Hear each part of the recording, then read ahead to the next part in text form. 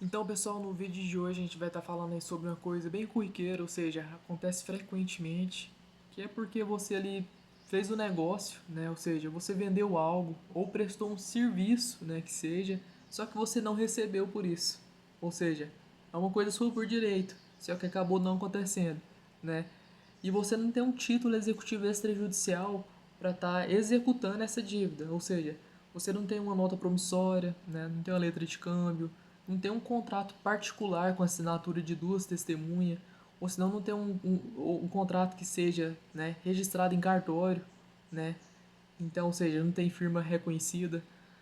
Você não tem nada disso, ou seja, você não tem um instrumento ali que vai te facilitar, né, reaver esse crédito. Ou seja, então você tem que procurar outra via. Ou seja, você tem, vamos supor, uma prova escrita, né? O que é uma prova escrita?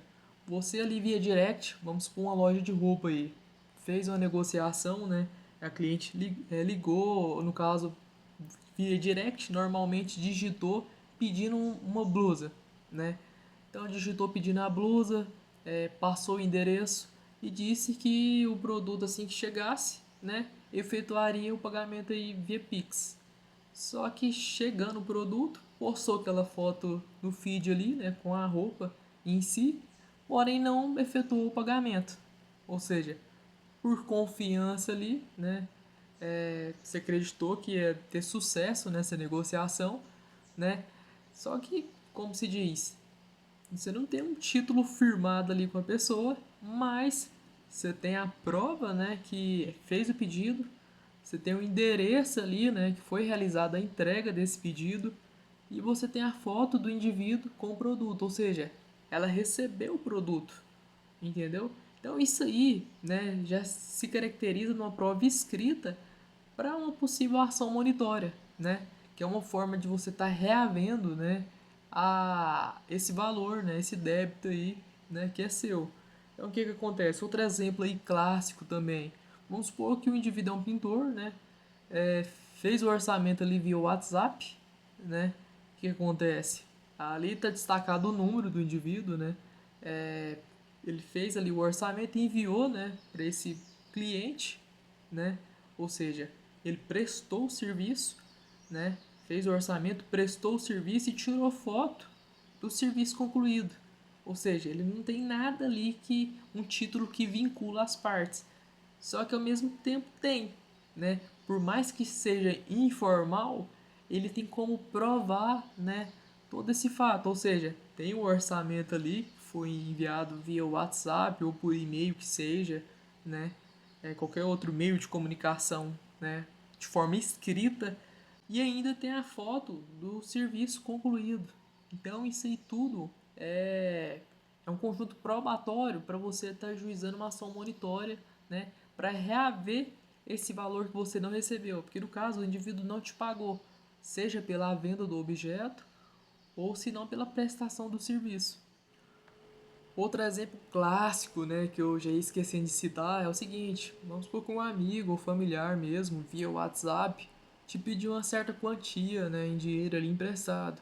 Ou seja, né, logicamente, passou o tempo ali e falou: não, me empresta R$ 400 que semana que vem eu pago, ou daqui 2, 3 meses eu pago. Passado esse tempo, infelizmente, né, não se concluiu, não se efetivou, né, esse pagamento. Aí esse print do WhatsApp, ou seja, porque vai estar com hora, vai estar com data, né? E vai estar com o número do indivíduo ali. Com esse número, normalmente, é exigido que ele esteja vinculado com o CPF, né, do indivíduo. Ou seja, então, dessa forma serve como uma prova escrita, entendeu? E outra coisa que vai estar acompanhando é o comprovante de transferência bancária. Então, você tendo um print dessa conversa, né, dessa forma que eu citei, e esse comprovante de transferência bancária, você tem direito, né, de usar ali como prova e vai estar conseguindo reaver esses valores aí, né, que você acabou emprestando e acabou sendo infrutífero, né, a devolução deles. Agora, pessoal, que a gente já entendeu, né, o conjunto probatório, ou seja, as provas a serem produzidas, vamos partir para o ponto central da ação monitória. O que acontece? Ela não é só para o pagamento de quantia em dinheiro, é também para a entrega de coisa fungível ou infungível. Infungível é aquilo normalmente que é único, ou seja, não pode ser substituído. Por exemplo, um quadro de um pintor famoso, quer ver um outro exemplo aí de coisa infungível? É um carro de colecionador, um carro muito raro, né? Um carro antigo, ali que bem trabalhado, não se encontra, não é fabricado mais, entendeu? Então, esse é o tipo de exemplo de coisa infungível. Coisa fungível já é totalmente o contrário, ou seja, é uma coisa que pode ser substituída. Por exemplo, vou citar um exemplo assim bem clássico, bem simples, que é uma saca de soja, né? A soja, pô, você pode substituir ela desde que seja da mesma quantidade e da mesma qualidade, é uma coisa fácil de ser substituída, né? E também para entrega de coisa móvel e imóvel e também para obrigação de fazer e de não fazer. Por exemplo, você pagou um pintor para que ele pintasse toda a sua casa, só que ele foi, recebeu por isso, só que entregou só a metade do serviço, entendeu? Então é uma obrigação de fazer. E também tem a obrigação de não fazer. Mas para não prolongar demais, vamos aqui para o ponto central da ação monitória. O objetivo dela aí, lógico, com essas provas aí que eu disse, né, que dá para você usar para reaver ali o seu direito, o que que acontece?